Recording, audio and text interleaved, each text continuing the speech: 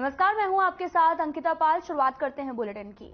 खबर उत्तरकाशी से है, जहां पर उपराष्ट्रपति जगदीप धनखड़ ने पत्नी के साथ में गंगोत्री धाम के दर्शन किए और साथ ही आपको बता दें कि वहां पर पहुंचने के बाद वहां के हालचाल भी जाना लोगों का। और साथ ही आपको बता दें कि खबर जो है उत्तरकाशी से है, जहां पर उपराष्ट्रपति जगदीप धनखड़ अपनी पत्नी के साथ गंगोत्री धाम में मां गंगा के दर्शन करने पहुंचे और उपराष्ट्रपति ने उत्तराखंड के राज्यपाल गुरमीत सिंह के साथ मां गंगा के तट पर पूजा अर्चना कर राष्ट्र के उत्थान और लोक कल्याण की भी कामना की। नई दिल्ली से लौटे सीएम पुष्कर सिंह धामी जॉलीग्रांट एयरपोर्ट पहुंचे, सीधे हिमालयन हॉस्पिटल पहुंचे हैं। आपको बता दें कि जहां हॉस्पिटल में भर्ती पूर्व सीएम हरीश रावत का हालचाल भी जाना और साथ ही उनकी सेहत की भी अच्छे सेहत और स्वस्थ होने की कामना भी की है। आप टीवी स्क्रीन पर तस्वीरें देख सकते हैं, जहां पर नई दिल्ली से देहरादून पहुंचे जो लौटे हैं वापस सीएम पुष्कर सिंह धामी और जॉलीग्रांट एयरपोर्ट से सीधे हिमालयन हॉस्पिटल पहुंचे हैं और पूर्व सीएम हरीश रावत का हालचाल जाना। ये तस्वीरें भी आप देख सकते हैं, जहां पर हॉस्पिटल पहुंचे हैं और पहुंचने के बाद हरीश रावत का हालचाल जाना, उनके स्वास्थ्य की कामना भी की है कि वो बहुत जल्द स्वस्थ होकर वापस से अपने घर पहुंचे हैं।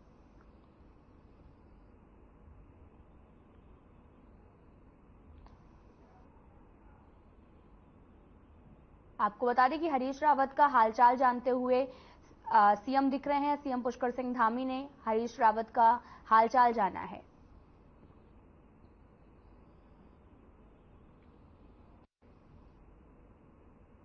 देहरादून निकाय चुनाव को समय से कराने को लेकर एक बार फिर से कांग्रेस और बीजेपी आमने सामने है।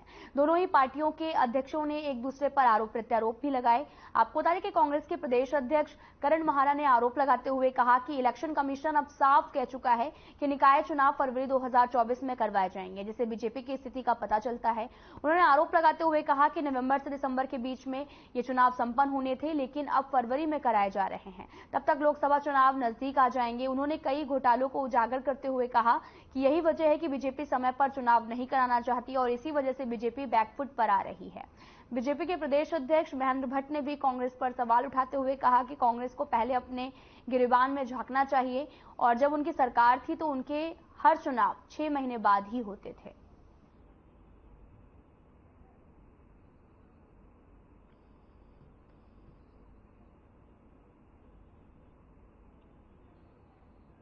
नहीं, लेकिन मैं कांग्रेस से प्रश्न करता हूं, जब उनकी सरकारें थी उन्होंने हर चुनाव उत्तराखंड राज्य के इतिहास तक सारे चुनाव 6 महीने बाद ही हुए।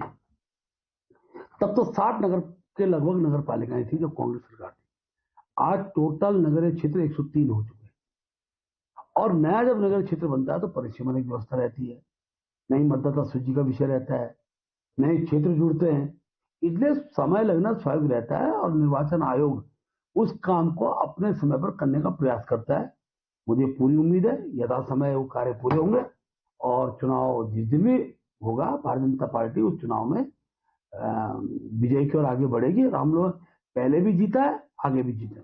निकाय चुनाव तो पीछे चले गए। अब ये चुनाव कमीशन ने कह दिया ना, फरवरी 2024 में प्रकाशन होगा इलेक्ट्रॉल्स का, और जो चीज दिसंबर में 15 दिन पहले या 15 दिन बाद तक हो जानी चाहिए थी, मतलब 15 नवंबर से 15 दिसंबर के बीच में जो चीज हो जानी चाहिए थी वो फरवरी में चले गई। तब तक तो संसदीय चुनाव आ जाएंगे। इसका मतलब जो हम शंका आप लोगों के माध्यम से जारी कर रहे थे, बार बार कह रहे थे कि बीजेपी निकाय चुनाव नहीं होने देगी संसदीय चुनाव से पहले, क्योंकि इनकी हालत खराब है, भू माफिया, खनन mafia, Ankita Mandari murder case.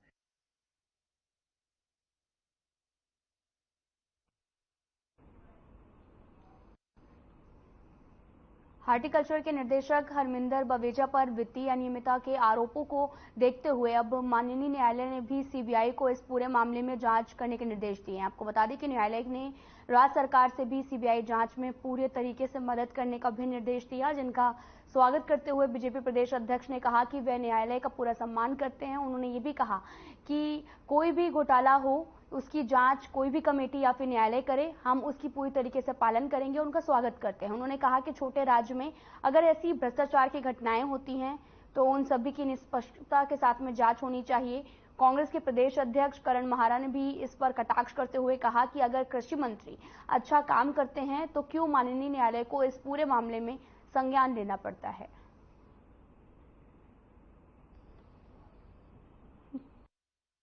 ऐसा अच्छा किया। हाईकोर्ट को संज्ञान क्यों लेना पड़ा, इस बात का उत्तर मंत्री जी को देना चाहिए। और मंत्री जी इन चीजों से बच नहीं सकते, क्योंकि बवेजा केवल पुरोला क्षेत्र में लगभग जो संज्ञान में आया लगभग 500 से 600 करोड़ का मामला है, और 300-400 करोड़ का अन्य मामले हैं। विधायक जी के उसमें तो गजब हो गया, 25 से 30 नाली जमीन जो है नाप की है, बाकी लगभग 10 गुना जमीन जो है तारबाड़ कर दी गई सरकारी धन से, और वहां रोड बना दी गई। जो जिलाधिकारी अल्मोड़ा में बहुत सख्ती दिखाती थी, नैनीताल जाके ही वो विधायक जी के आगे सरेंडर हो गई। लोगों की शिकायत के बाद भी उन्होंने एक कार्रवाई नहीं, गरीबों के खेत खोद दिए, गरीबों की रोडें तोड़ दी। लेकिन हम स्वागत करते हैं न्यायालय के निर्णय का, और इस राज्य के अंदर हर प्रकार का घोटाला जो भी हो, जिस एजेंसी से चाहे सरकार जांच कराए, चाहे न्यायालय द्वारा कोई दिशा निर्देश आते हैं, उसको हम पालन करेंगे। और हम लोग चाहते हैं कि छोटे राज्य के अंदर इस प्रकार के भ्रष्टाचार का कोई भी संदेह भी किसी विषय को लेकर होता है, उसकी जांच निष्पक्ष होनी चाहिए। देहरादून में होने जा रहे इन्वेस्टर समिट को लेकर कांग्रेस के प्रदेश अध्यक्ष करण महारा ने भी बीजेपी सरकार पर हमला किया है। उन्होंने कहा कि ये गलतियों को ढकने का एकमात्र प्रयास है और इससे ज्यादा कुछ भी नहीं है। उन्होंने ये भी कहा कि त्रिवेंद्र सरकार के समय भी ऐसे ही मीट हुई थी और उसी की तर्ज पर ऐसे मीट का आयोजन उत्तराखंड में करवाया जा रहा है। और महारा ने ये भी कहा कि इसकी असलियत तभी पता चलेगी जब धरातल पर ये प्रोजेक्ट उतरेगा, और इस सरकार से इस पर बात का जो जवाब है वो भी मांगेंगे।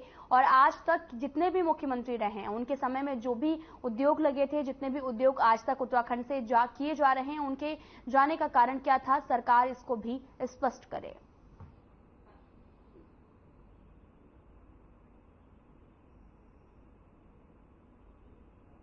वो ढकने का एक प्रयास मात्र है। और त्रिवेंद्र रावत की सरकार में जो इस तरह के मीट हुए थे, उसी की तर्ज पे ये है। जब हमारे यहाँ पहाड़ में एक कहावत है, मडू फोके लफी देखा, मिलर जब गिरते हैं तो दिखाई देते हैं। देखेंगे आने वाले समय में एमओयू तो बहुत होते हैं, कितने जमीन में उतरते हैं वो देखा जाएगा। और ये भी सरकार से पूछा जाएगा कि जितनी फैक्ट्रियां, जितने उद्योग हमारे यहाँ नरेंद्र तिवारी जी और अन्य मुख्यमंत्रियों की वजह से आए थे, उनमें से कितने बाइंड अप होकर यहाँ से चले गए हैं, और उनके जाने का कारण क्या था, ये भी तो स्पष्ट होना चाहिए। दून वैली क्षेत्र में लगे बड़े उद्योगों की वजह से पचवा दून क्षेत्र में भी बड़ी अनियमितता का आरोप लगाते हुए कांग्रेस ने पॉल्यूशन सहित कई मामलों में जांच की भी मांग उठाई है। आपको बता दें कि सेलाकुई में एक प्रेस कॉन्फ्रेंस के दौरान कांग्रेस के प्रदेश उपाध्यक्ष अरिंद शर्मा ने भी इंडस्ट्रियल एरिया में चल रही अनियमितताओं के मुद्दे को उठाया और जांच की मांग की। आपको बता दें कि अरिंद शर्मा ने कहा कि औद्योगिक क्षेत्र में महिलाओं के लिए सार्वजनिक शौचालय, स्थानीय युवकों को रोजगार और सड़कों की खस्ता हालत जो समस्याओं को लेकर देखते हुए प्रदेश सरकार से इन समस्याओं को जल्द दूर करने की मांग की गई है।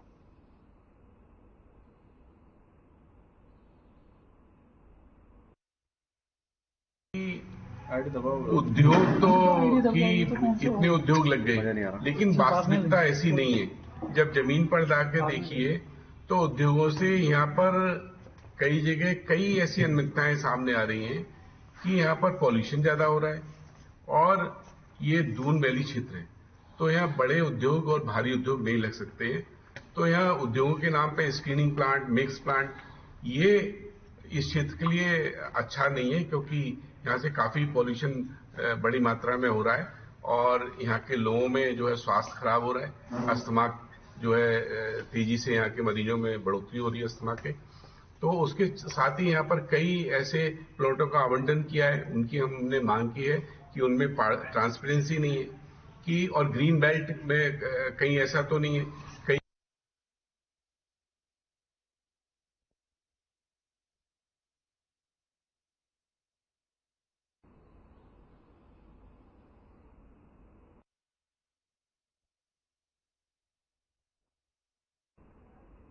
आपको बता दें कि पॉल्यूशन सहित कई मामलों पर सवाल उठाए गए हैं। हल्द्वानी में बढ़ते ट्रैफिक की समस्या को देखते हुए जहां एक और मार्गों का चौड़ीकरण जो है वो किया जा रहा है, तो वहीं पीडब्ल्यूडी विभाग की तरफ से शहर भर में तमाम नहरों को कवर करने का कार्य भी किया जा रहा। पीडब्ल्यूडी विभाग के हल्द्वानी डिवीजन के अधिशासी अभियंता अशोक कुमार ने भी बताया कि हल्द्वानी, लालकुआं और कालाडूंगी विधानसभा क्षेत्र में नहरों की कवरिंग का कार्य पीडब्ल्यूडी विभाग द्वारा किया जाना है, जिसके तहत मौजूदा समय में 4 प्रोजेक्ट में कार्य किया जा रहा है। हल्द्वानी में सिंचाई विभाग के द्वारा नगर निगम वाहन के पास में एसबीआई द्वारा जो कवरिंग है वो 695 मीटर तक कार्य पूरा हो चुका है।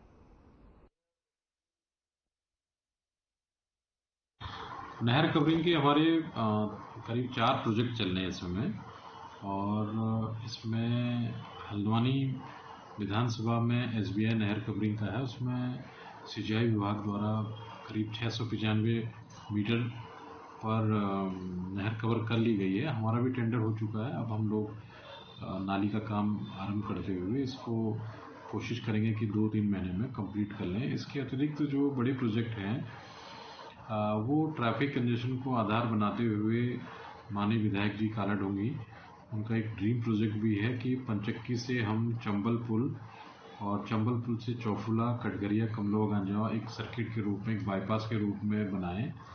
उस पर कवायद शुरू हो चुकी है। हमें पीडब्ल्यूडी से राज्य योजना में 5 करोड़ और एक 5 करोड़ 82 लाख 2 शासनादेश जारी हो चुके हैं यूटिलिटी शिफ्टिंग के लिए, जिसमें 4 करोड़ 99 लाख जो 5 करोड़ वाली बात बता रहा हूँ, उसमें चंबल पुल से चौफुला 1.3 किलोमीटर लेंथ को ऑलरेडी यूटिलिटी शिफ्टिंग हो चुकी है, नहर कवर की जा चुकी है, और हमारा मार्ग का काम भी चौड़ीकरण का शुरू हो चुका है। इसमें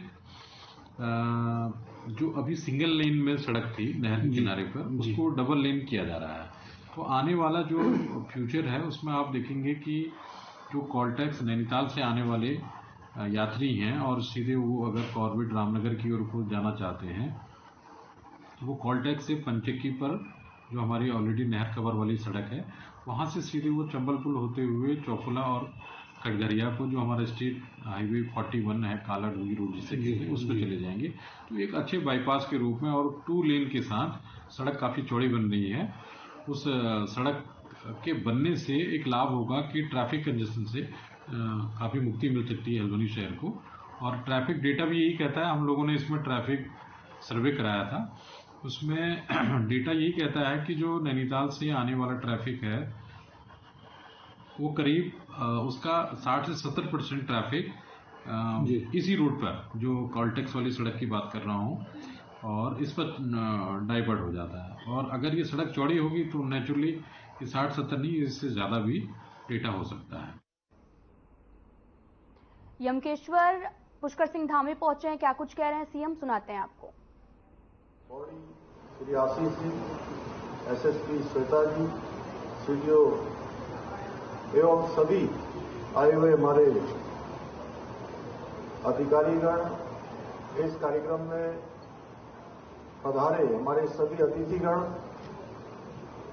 सभी उपस्थित बड़े बुजुर्ग, माताएं, बहनें, सभी मेरे नौजवान साथियों और उपस्थित हमारे छात्र एवं छात्राएं, पत्रकार मित्रों एवं छायाकार बंधुओं। तो वहीं हल्द्वानी में भी प्रशासन ने अतिक्रमण के खिलाफ एक बार फिर से बड़ा अभियान चलाते हुए जेसीबी चलाई है। आपको बता दें कि सिटी मजिस्ट्रेट ऋचा सिंह ने पुलिस और नगर निगम के साथ संयुक्त अभियान चलाते हुए तिकोनिया चौराहे से वर्कशॉप लाइन तक अतिक्रमण हटाया और साथ ही अतिक्रमण करते हुए सड़क पर लगाए जा रहे फल और ठेलों को भी जब्त किया और साथ ही सड़क पर अतिक्रमण किए गए दर्जनों दुकानदारों का चालान किया। अतिक्रमण हटाने की कार्रवाई के दौरान व्यापारियों के प्रशासन के साथ में नोकझोंक भी देखने को मिली।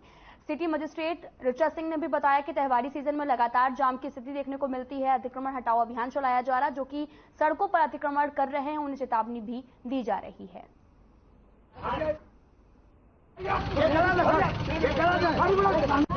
आपको पहले तो ये बताना चाहूंगी कि जिस वर्कशॉप लाइन पे हम लोग खड़े हैं इसमें कई बार संयुक्त अभियान नगर निगम पुलिस प्रशासन की टीम के द्वारा चलाया गया है। बार बार इन लोगों को बताया जाता है कि रोड पर किसी तरीके का अतिक्रमण नहीं करो, लेकिन अभी जब भी यहाँ आने के पहले इस पूरे एरिया की वीडियोग्राफी कराई गई है। सभी लोगों ने अपनी दुकानें रोड पर लगा रखी हैं, गाड़ियों का रोड पर रिपेयर कर रहे हैं। जिनके जो वेंडिंग जोन की बात करते हैं, जो ठेले हैं, उनके ऊपर उन्होंने पूरा टीन शेड बना रखा है। तो ऐसे सभी अतिक्रमण जो यहाँ पे अतिक्रमणकारी हैं उन पर कार्रवाई की गई है।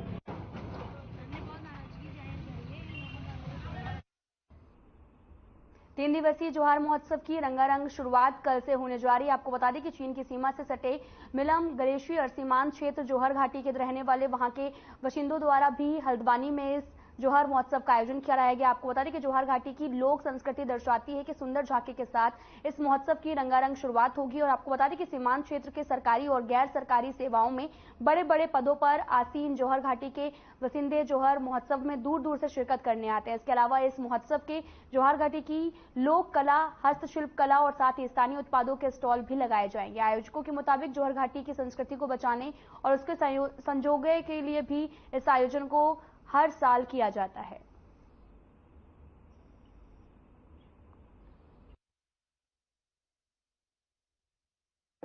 ये JSWS नाम की संस्था की ओर से हम विगत 14 वर्षों से जोहार महोत्सव का आयोजन कर रहे हैं और ये आयोजन जो है आज की तारीख में हल्द्वानी में एक अपनी खास और पहचान बना चुका है।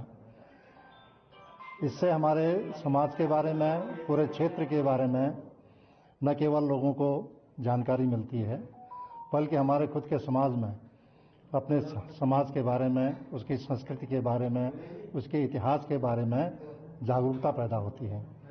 आप में से अधिकांश लोग जानते होंगे कि जोहार क्षेत्र जो सीमांत क्षेत्र है, हिमालय के मध्य क्षेत्र में आता है, यहाँ की संस्कृति बहुत ही यूनिक है। अन्य घाटियों से कई मामलों में ये अलग है, इसलिए यहाँ की संस्कृति भी बिल्कुल भिन्न है।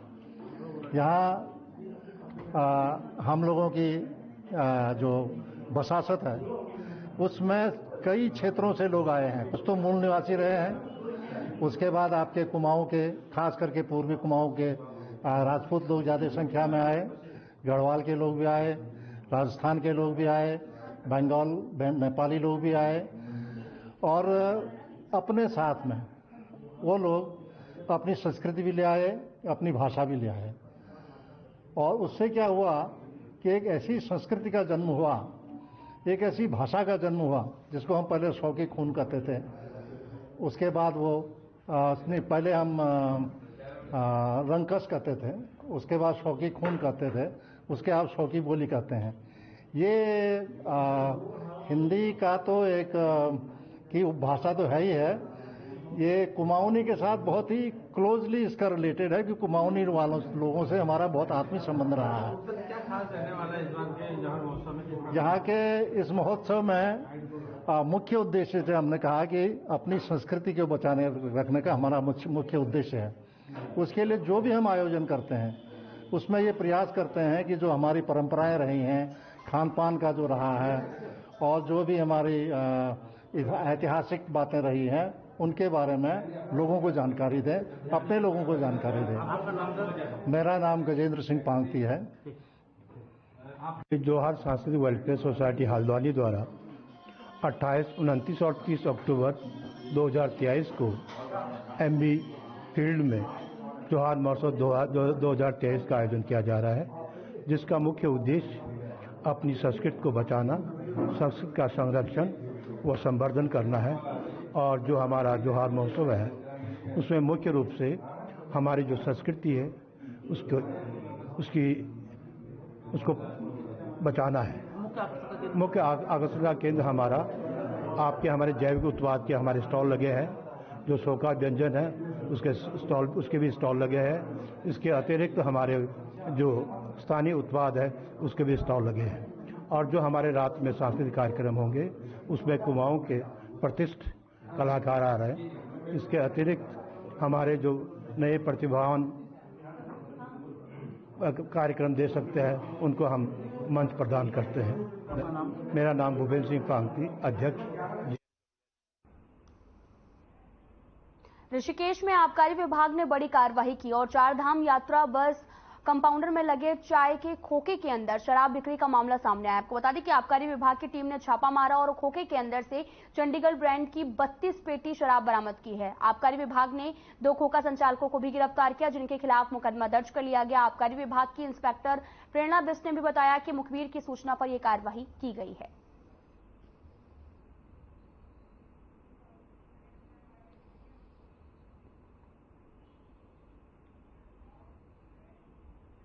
नारसन ब्लॉक में पिछले 15 दिनों से चल रहा फल संरक्षण प्रशिक्षण का भी आज समापन हुआ है। आपको बता दें कि ये कार्यक्रम पिछले 15 दिनों से लगातार नारसन ब्लॉक में जारी था और आज इसका समापन किया गया। जिला युवा कल्याण अधिकारी की उपस्थिति में इसका समापन किया गया। इस कार्यक्रम के दौरान BDO और साथ ही नारसन ब्लॉक प्रमुख प्रतिनिधि के साथ में अनेकों लोगों ने भी शिरकत की और साथ ही इस कार्यक्रम के दौरान बेरोजगार महिलाओं और पुरुषों को बाजारू उत्पादनों को भी घरों में बनाने का प्रशिक्षण दिया गया ताकि ग्रामीण पृष्ठभूमि के लोगों को अचार, मुरब्बा और जैम जैसी चीजों को बनाया जाने का प्रशिक्षण मिल सके।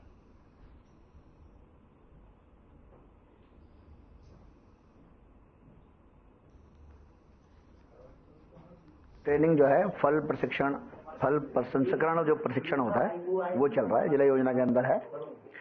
हमारी 25 माता बहनों ने यहाँ पर जो हमारी ग्रामीण क्षेत्र की है, इन्होंने यहाँ प्रशिक्षण लिया है कि आज समापन है। एक्चुअली इसका कुछ दिनों पहले इसका उद्घाटन हुआ था, आज इसका समापन है। 15 दिन पूरे हो गए, प्रशिक्षण लिया है। अब तो ये जो प्रशिक्षक है ये बताएंगे इन्होंने कितनी मेहनत से काम किया और क्या इसका उपयोग करेंगे।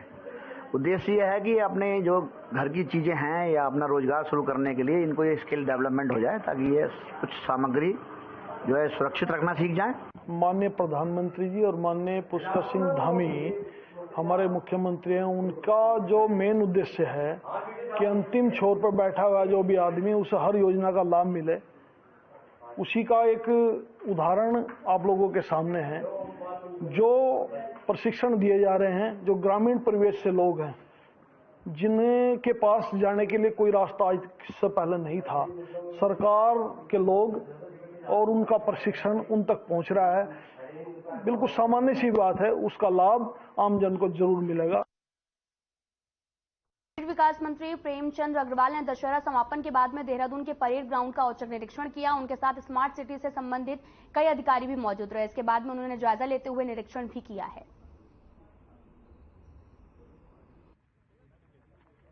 आने वाले टाइम पे दशहरा आयोजन होगा। ये एक धार्मिक प्रोग्राम है, संस्था है, हमने ये खत्म नहीं करना है क्योंकि इन चीज से आने वाले जो बच्चे हैं सब दूर होते जा रहे हैं, सब मोबाइल पे होते जा रहे हैं, इन चीजों को भूलते जा रहे हैं। अगर ये प्रोग्राम ना हो तो बच्चे भूल ही जाएं दशहरा क्या है। कल की एक घटना बताऊं, कल हम शोभा यात्रा भरत मिलाप की ला रहे थे तो गांधी पार्क के बाहर एक व्यक्ति ने पूछा, कह रहा भाई जी ये क्या जुलूस निकल रहा है। मतलब मैंने कहा यार अब वो वर्ड यूज नहीं कर सकता मैं, मतलब उनसे पूछा मैंने आपको ये नहीं पता लग रहा शोभा यात्रा और किस चीज की है, कल क्या था? कह रहे क्या था? मैंने कल दशहरा था।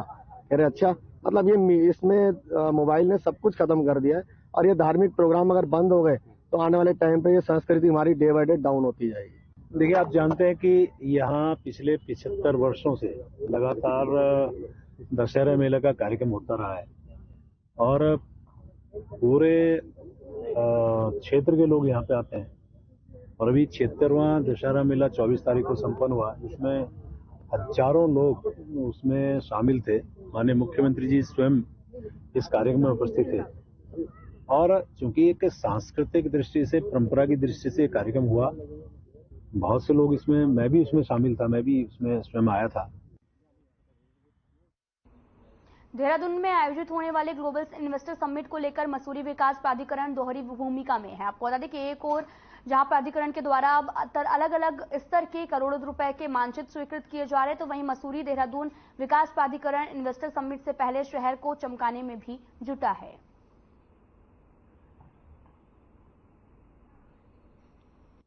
देखिए अब तक 50,000 करोड़ से ज़्यादा के एमओयू हो चुके हैं और आज चेन्नई में भी माननीय मुख्यमंत्री जी की उपस्थिति में 3,500 करोड़ से ज़्यादा के एमओयू संपादित किए गए हैं और जो अब तक एमओयू हुए हैं उसमें भी उसकी ग्राउंडिंग कितनी जल्दी हो उसके लिए अलग अलग विभागीय स्तर पर सभी लोग कार्रवाई कर रहे हैं। जहाँ तक मुख्य आयोजन है जो दिसंबर के पहले सप्ताह में होना है, उसको लेकर के भी हम लोग जो तैयारियां हैं, चाहे प्राधिकरण के द्वारा की जानी या विभागों के द्वारा, वो सभी तैयारियां।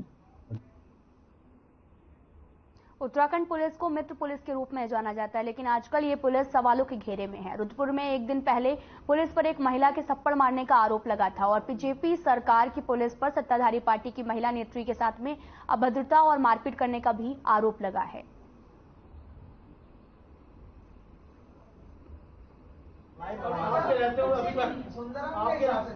हमारे दीपा राय मंडल की अध्यक्ष है, लालपुर मंडल की, और ये कोई घटना गंगापुर में हुई थी 2-3 दिन पहले, वो भी हमारी कार्यकर्ता है, उसके मायके में एक घटना घटती है, एक बच्ची के साथ वहीं के कुछ लोग मार पिटाई करते हैं। तो पहले कहीं कूड़े को लेके विवाद हुआ, बाद में वो मार पिटाई में बदल गया। उस मामले को लेके ये लोग थाने में आए थे, साइड कैंप थाने में, तो वहाँ तहरीर दी थी इन्होंने। तो कहीं ना कहीं वो थोड़ा सा मिसकम्युनिकेशन ये हो गया कि उनको लगा कि लड़ाई की घटना है और ये पॉक्सो में इनको दर्ज कराना चाहते हैं। तो कहीं ना कहीं इनकी इच्छा ऐसी नहीं थी कि पॉक्सो में दर्ज कराना है, वो कहीं क्लरिकल मिस्टेक भी रही। देखिए, पिछले दिन नवरात्रि वाले दिन ना एक मामला संज्ञान में आया था थाना ट्रांजिट कैंप से 112 से, कुछ लड़ाई झगड़े का मामला था जिसमें एक व्यक्ति की खोपड़ी खुल गई थी। उसको लेके नेक्स्ट डे दोनों पक्ष आ गए थे सामने। एक पक्ष का आरोप था कि दूसरे पक्ष ने पहले मारा, दूसरे पक्ष का आरोप था कि पहले पक्ष ने पहले मारा। इस बात को लेके वहां पर काफी वाद विवाद की स्थिति उत्पन्न हुई थी।